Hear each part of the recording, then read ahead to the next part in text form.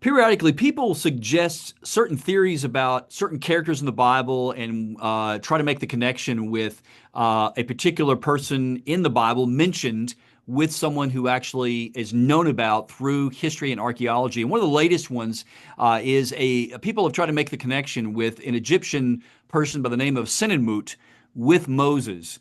And I have with me today Dr. Douglas Petrovich, who is an Egyptologist. He studied hieroglyphics. He's an ancient Near Eastern scholar and is well published in Egyptology and ancient Near Eastern archaeology. He's also an epigrapher.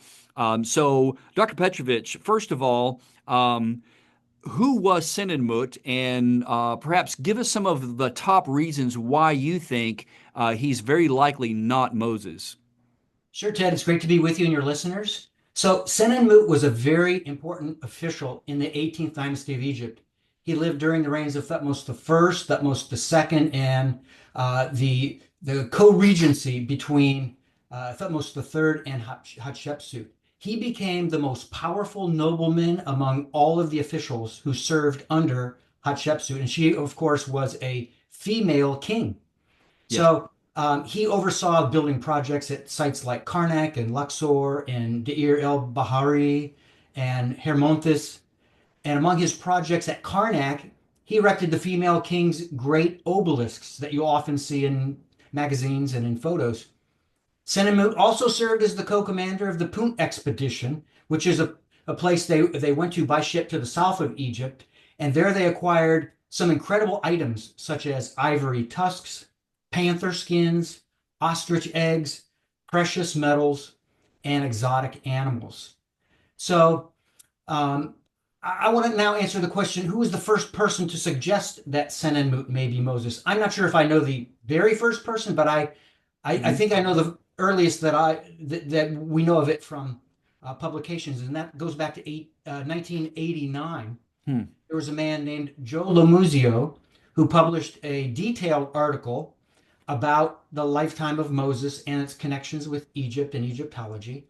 And it's in a magazine that was called Archaeology and Biblical Research. And later that became known as Bible in Spade. Interesting. And there he suggested that Senenmut just may be Moses. So this is the earliest connection that I know of. But important note, Lomuzio was a pastor, not an Egyptologist. Got it. And in fact, Ted, in around the year 2000, without even knowing about his article at the time, I also looked into the possibility, could Moses be Senenmut? Were they one and the same? So you considered yourself that he might be. Right. And Yeah. I was open to it one way or the other. Yeah. I had no preconclusions. I just wanted to know. Sure. So I soon came to realize, though, in my study, that their biographies just don't align. Well, I thought that, that was pretty much the end of it. Over the years, from about 2000 until now, people have contacted me and asked me about this possible connection. And I always have to write them a sad reply and say, well, it's a good idea to think out of the box and to ask the question and look into it and research it. Mm-hmm. But it's not a good connection. Well, in 2024, an archaeologist named Christopher Eames came along, and he's connected to the Armstrong Institute of Biblical Archaeology. He published an article suggesting that Senenmut may be Moses. Thankfully, he didn't say for sure, but still, he put it out there. And I've seen a lot of people in social media who've kind of embraced that idea as a result of his article. So now I want to talk about why it's impossible to connect Senenmut to Moses. I just published an article about this in Bible in Spade, and people can go to my Academia.edu website, download it, and read the whole thing. But I want to summarize some of the main points here. So Sure. there's four. Yes. One, Senenmut is from according to an Egyptologist, famous one named Joyce Tildesley. She said that he's from a, quote, typically large Egyptian family, end quote. Now, that doesn't sound like Moses, does it? No. But notice what she says. It's an Egyptian family. Egyptians were very careful to note foreigners, Yes. right?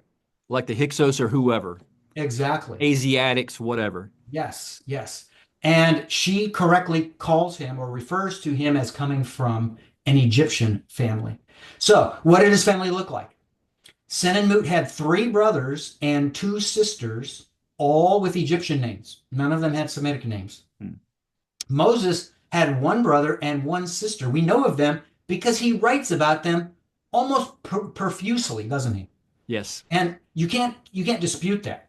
Now, maybe you could say to me, well, Dr. P, that's what my students call me. They say, Dr. P, they could say, well, maybe Moses just only wrote about two of his siblings and didn't write about the others. Well, as an author, Moses wrote out detailed lists of names of children for patriarchs in Genesis, including non-members of the promised line of Abraham, such as Ishmael and Esau. In fact, 12 sons were named by Moses who came from Ishmael, and 5 from Esau, and 10 grandsons from Esau. So it's not really a legitimate argument to suggest that Moses left out the names of his other siblings. That would be a disingenuous position, I think. Mm-hmm. So this alone, Ted, invalidates Moses from being Senenmut, 2 siblings versus 5 siblings.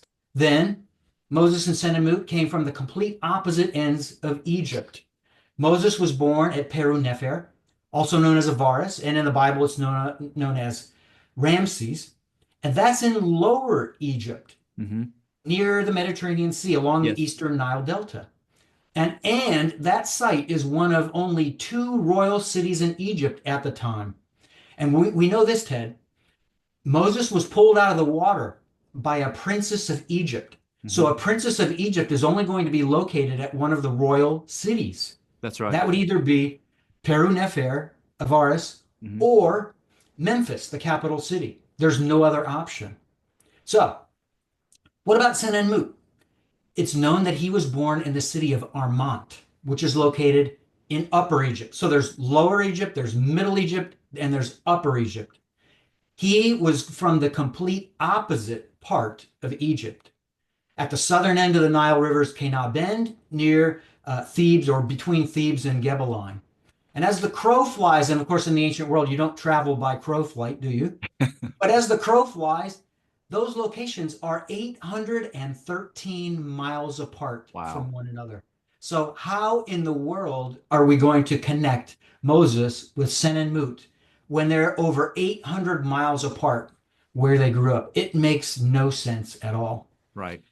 Then third, before Moses' unique calling from God that he received in about 1447 BC, because the Exodus happens in the next year, he candidly revealed his own inability to speak and his fear of public speaking. Sure. And that then covers the period from his birth in 1526 until at least 1447 BC. And here's what it says in Exodus 4:10.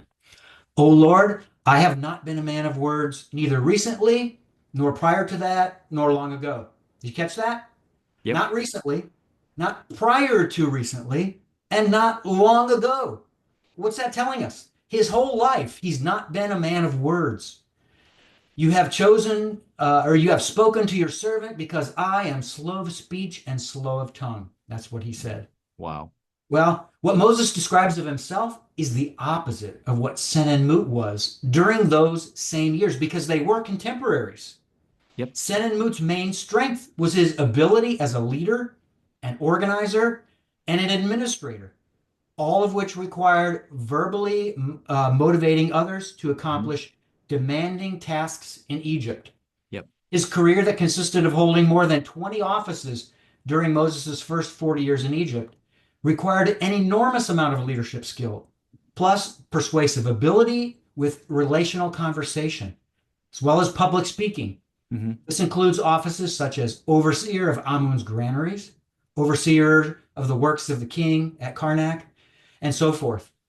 Moses just did not exercise such leadership or speaking skill until God's calling on him in 1447 BC. And by that time, Senenmut has been out of the picture for decades. So they just don't fit the same biography. Now let's say, Ted, you just take all of that, those important facts, and you throw them all in the trash can. Okay? And you know, your only interest is spiritual things. Let's talk about that. That's the final thing. Yes.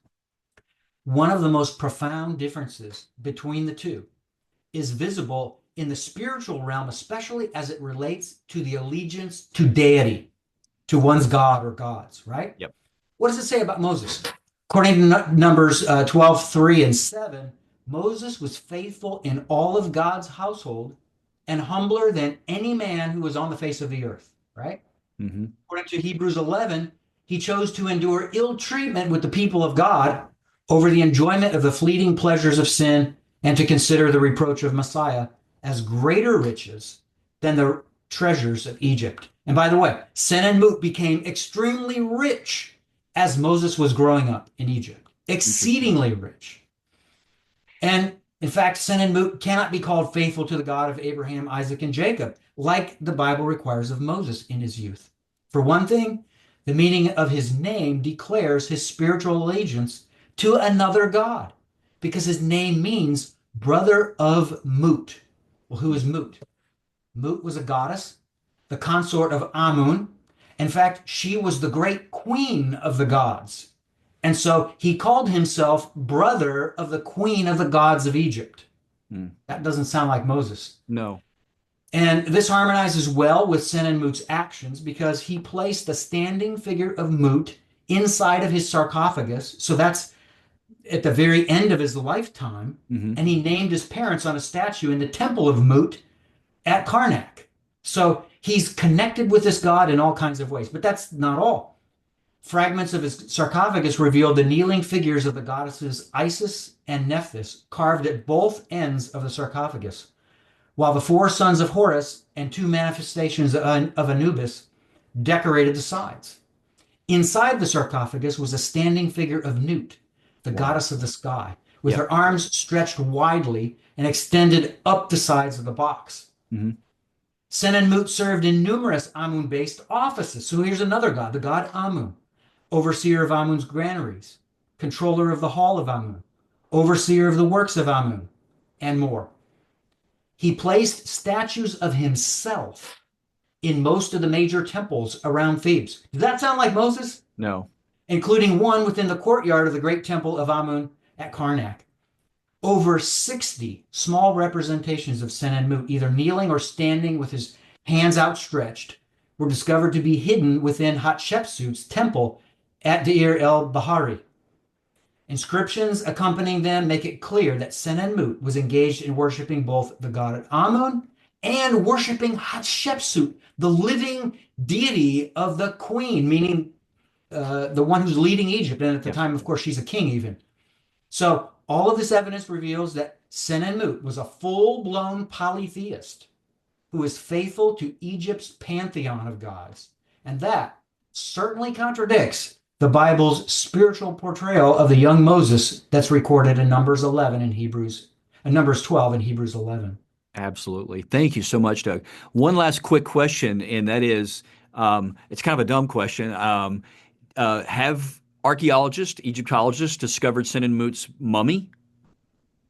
His mummy was not found in the area where they found fragments of his sarcophagus. In fact, unlike with most royal people or officials, his sarcophagus was smashed into smithereens, Ted, probably thousands of pieces. History doesn't tell us why, but I address this in my book, Origins of the Hebrews, where I argue that Hatshepsut, there was a campaign to smear the reputation of Hatshepsut. Yes. And actually to remove her from the afterlife. So the way to do that is to remove all images of her, representations of her, and where her name was. So there was a campaign to go all throughout Egypt, trying to find every representation of her and destroying it. And in that destructive process, they did the same thing to Senenmut. So why? Why would they do this to both of them? And what I argue is it's because there's a 99.9% chance that Hatshepsut is the princess who pulled Moses out of the Nile. Fantastic.